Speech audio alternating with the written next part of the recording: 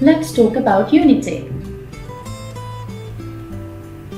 A key element in a well-written paragraph is unity. Unity means that you have to focus only on one main idea. So imagine that you are writing an essay about the advantages and disadvantages of different pain medications. This is how your essay would look like. It would have an introduction, one paragraph discussing advantages, one paragraph discussing disadvantages, and a conclusion.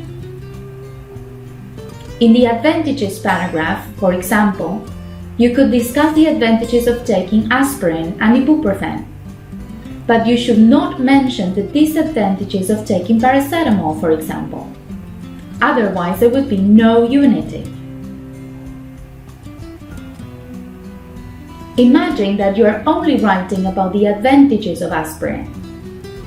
Then your essay outline will look like this: an introduction, a paragraph about advantage 1, a paragraph about advantage 2, and a conclusion. In this paragraph, you could discuss only one advantage. When you want to discuss another advantage, you start a new paragraph.